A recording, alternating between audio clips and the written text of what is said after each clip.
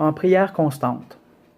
Finalement, même si cela semble évident, souvenons-nous que la sainteté est faite d'une ouverture habituelle à la transcendance, qui s'exprime dans la prière et dans l'adoration. Le saint est une personne dotée d'un esprit de prière, qui a besoin de communiquer avec Dieu. C'est quelqu'un qui ne supporte pas d'être asphyxié dans l'immanence close de ce monde, et au milieu de ses efforts et de ses engagements, il soupire vers Dieu. Il sort de lui-même dans la louange et élargit ses limites dans la contemplation du Seigneur. Je ne crois pas dans la sainteté sans prière, bien qu'il ne s'agisse pas nécessairement de longs moments ou de sentiments intenses. Saint Jean de la Croix recommandait de s'efforcer de vivre toujours en la présence de Dieu, soit réelle, soit imaginaire, soit unitive, selon que les actions commandées le permettent. Au fond, c'est le désir de Dieu qui ne peut se lasser de se manifester de quelque manière dans notre vie quotidienne. Efforcez-vous de vivre dans une oraison continuelle, sans l'abandonner au milieu des exercices corporels.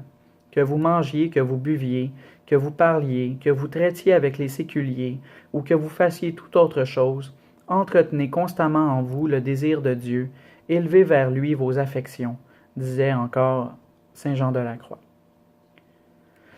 Cependant, pour que cela soit possible, il faut aussi quelques moments uniquement pour Dieu, dans la solitude avec lui. Pour sainte Thérèse d'Avila, la prière, c'est un commerce intime d'amitié, où l'on s'entretient souvent seul à seul avec ce Dieu dont on se sait aimer. Je voudrais insister sur le fait que ce n'est pas seulement pour quelques privilégiés, mais pour tous, car nous avons tous besoin de ce silence chargé de présence adorée. La prière confiante est une réaction du cœur qui s'ouvre à Dieu face à face, où on fait taire tous les bruits pour écouter la voix suave du Seigneur qui résonne dans le silence.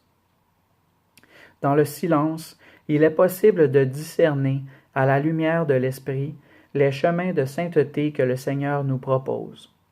Autrement, toutes nos décisions ne pourront être que des décorations qui, au lieu d'exalter l'Évangile dans nos vies, le recouvriront ou l'étoufferont.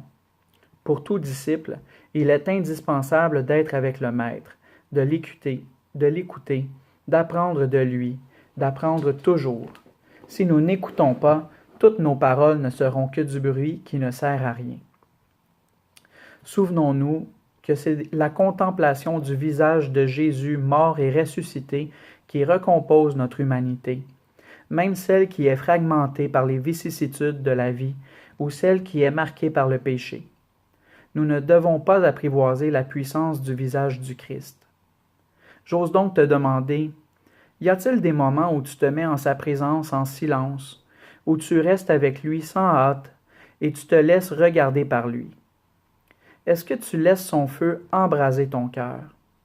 Si tu ne lui permets pas d'alimenter la chaleur de son amour et de sa tendresse, tu n'auras pas de feu. Et ainsi, comment pourras-tu enflammer le cœur des autres par ton témoignage et par tes paroles? Et si, devant le visage du Christ, tu ne parviens pas à te laisser guérir et transformer, pénètre donc les entrailles du Seigneur, entre dans ses plaies, car c'est là que la miséricorde divine a son siège. Mais je prie pour que nous ne considérions pas le silence priant comme une évasion niant le monde qui nous entoure. Le pèlerin russe qui marchait dans une prière continue raconte que cette prière ne le séparait pas de la réalité extérieure. Lorsqu'il m'arrivait de rencontrer des gens, ils me semblaient aussi aimables que s'ils avaient été de ma famille. Ce bonheur n'illuminait pas seulement l'intérieur de mon âme, le monde extérieur aussi m'apparaissait sous un aspect ravissant. L'histoire ne disparaît pas non plus. La prière, précisément parce qu'elle s'alimente du don de Dieu qui se répand dans notre vie, devrait toujours faire mémoire. La mémoire des actions de Dieu se trouve à la base de l'expérience de l'alliance entre Dieu et son peuple. Puisque Dieu a voulu entrer dans l'histoire, la prière est tissée de souvenirs. Non seulement du souvenir de la parole révélée, mais aussi de la vie personnelle, de la vie des autres, de ce que le Seigneur a fait dans son Église. C'est la mémoire reconnaissante dont parle également saint Ignace de Loyola dans sa contemplation pour parvenir à l'amour, quand il nous demande de ramener à la mémoire tous les bénéfices que nous avons reçus du Seigneur. Regarde ton histoire quand tu pries, et tu y trouveras beaucoup de miséricorde. En même temps, cela alimentera ta conscience du fait que le Seigneur te garde dans sa mémoire et ne t'oublie jamais. Cela a donc un sens de lui demander d'éclairer encore les petits détails de ton existence qui ne lui échappent pas. La supplication est l'expression d'un cœur confiant en Dieu, qui sait que seul il est impuissant. Dans la vie du peuple fidèle de Dieu, nous trouvons beaucoup de supplications débordantes d'une tendresse croyante et d'une confiance profonde. N'ôtons pas de la valeur à la prière de demande, qui bien des fois donne de la sérénité à notre cœur et nous aide à continuer de lutter avec espérance. La supplication d'intercession a une valeur particulière, car c'est un acte de confiance en Dieu et en même temps une expression d'amour du prochain. Certains, par préjugés spiritualistes, croient que la prière devrait être une pure contemplation de Dieu, sans distraction, comme si les noms et les visages des frères étaient une perturbation à éviter. Au contraire, la réalité, c'est que la prière sera plus agréable à Dieu et plus sanctifiante, si à travers elle, par l'intercession, nous essayons de vivre le double commandement que Jésus nous a donné. L'intercession exprime l'engagement fraternel envers les autres, quand grâce à elle nous sommes capables d'intégrer la vie des autres, leurs plus pressantes angoisses et leurs plus grands rêves. Recourant aux paroles bibliques, on peut dire de celui qui se dévoue généreusement à intercéder, celui-ci est l'ami de ses frères qui prie beaucoup pour le peuple. Si nous reconnaissons vraiment que Dieu existe, nous ne pouvons pas nous lasser de l'adorer, parfois dans un silence débordant d'admiration, ou de le chanter dans une louange festive.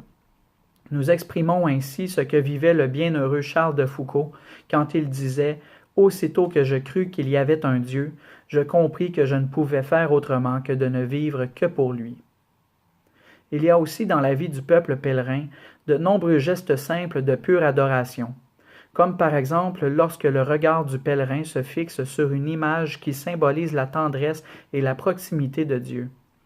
L'amour s'arrête, contemple le mystère, le savoure dans le silence.